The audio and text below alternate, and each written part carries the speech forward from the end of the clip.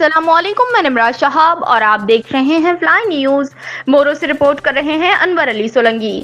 باسر کی جانب سے زمین پر مبینہ قبضے کے خلاف سیٹھر برادری کے لوگوں کا احتجاج۔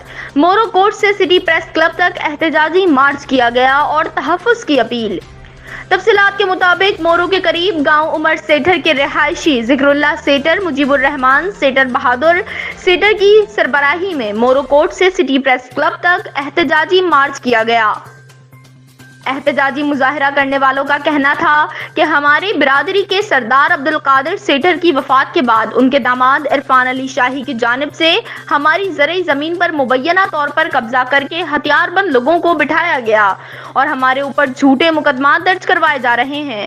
کچھ روز قبل بھاری رشوت کے عوض ہم پر 2 مقدمات درج کیے گئے تھے، جن کی انکوائری کے بعد ایس ایس پی شہید بے نظیر آباد تنویر حسین تنیو کی جانب سے خارج کیا گیا تھا، جس کے بعد ہماری زمینوں کی طرف جانے والے راستوں پر علاقے کے گنڈے بٹھائے گئے، جن کی مدد سے ہمیں ہراساں کیا جا رہا ہے۔